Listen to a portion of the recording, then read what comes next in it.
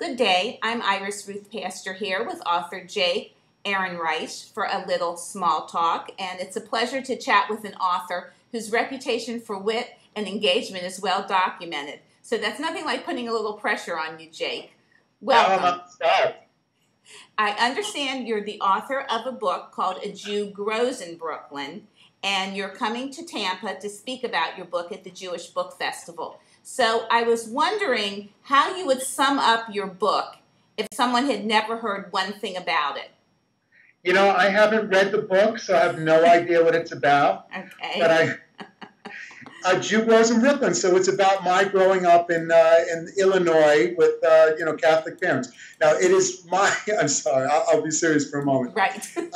This is my journey of trying to fit in. I'm the first American-born child of a Holocaust survivor family, and I grew up as a regular American kid, or at least I wanted to be one.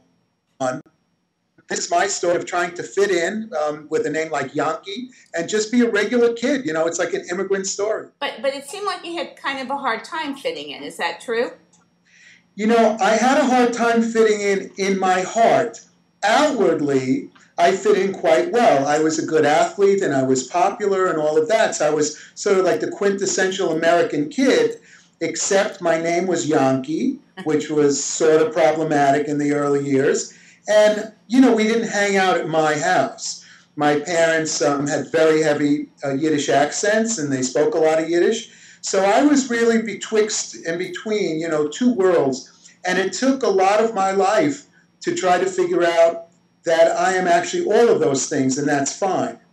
I'm an American and I'm a Jew, and all of that is really fine. One of the things that struck me, we had interviewed Lenore Skenazy a few months back, she's a pistol, and she does that website, Free Range Kids, and I thought she said something very interesting about you.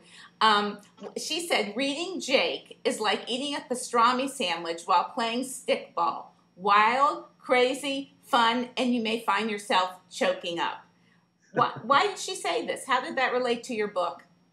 You know, everything that I do, I try to tell my story with as much humor as possible because I am really convinced my story, my family story, is pretty sad. Not only was there the Holocaust, but there's intense illness in my family.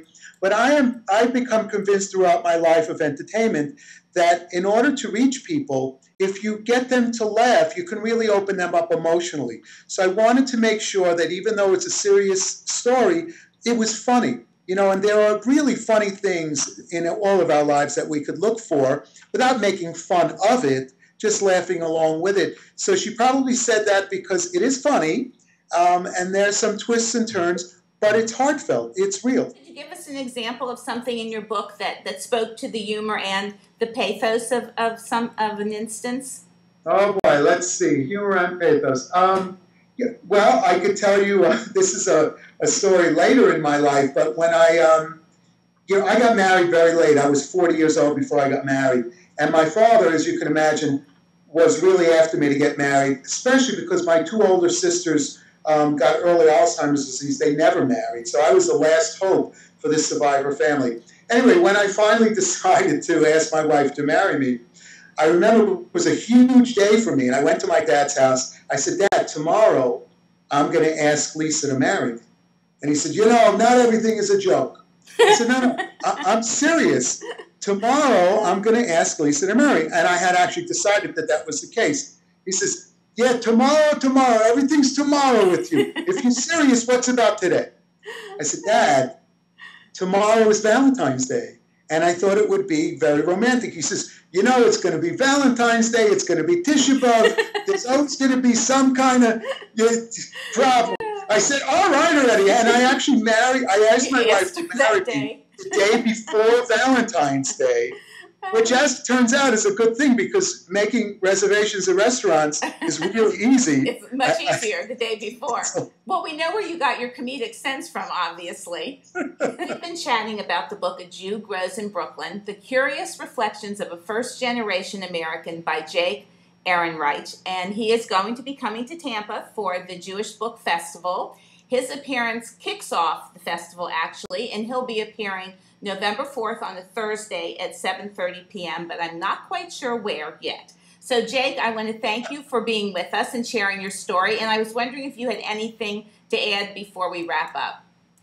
Well, I think most people will know that the book is based on my Broadway show called The Jew Grows in Brooklyn. We travel the world. We just finished in Toronto. I am sitting in Atlanta as we speak. The only performance in Florida this year will be in Coral Springs in April, but people can go to the website at jewgrowsinbrooklyn.com, and we'll be in Las Vegas and Philly and all over the country. So if they have mishpucha, they could tell them, not only they could buy the book, but they could come see the show. Okay, that works for me. Thank you, Jake, very much. I'm Iris Ruth Pastor, contributor to Let My People Know, which is an outreach and engagement initiative.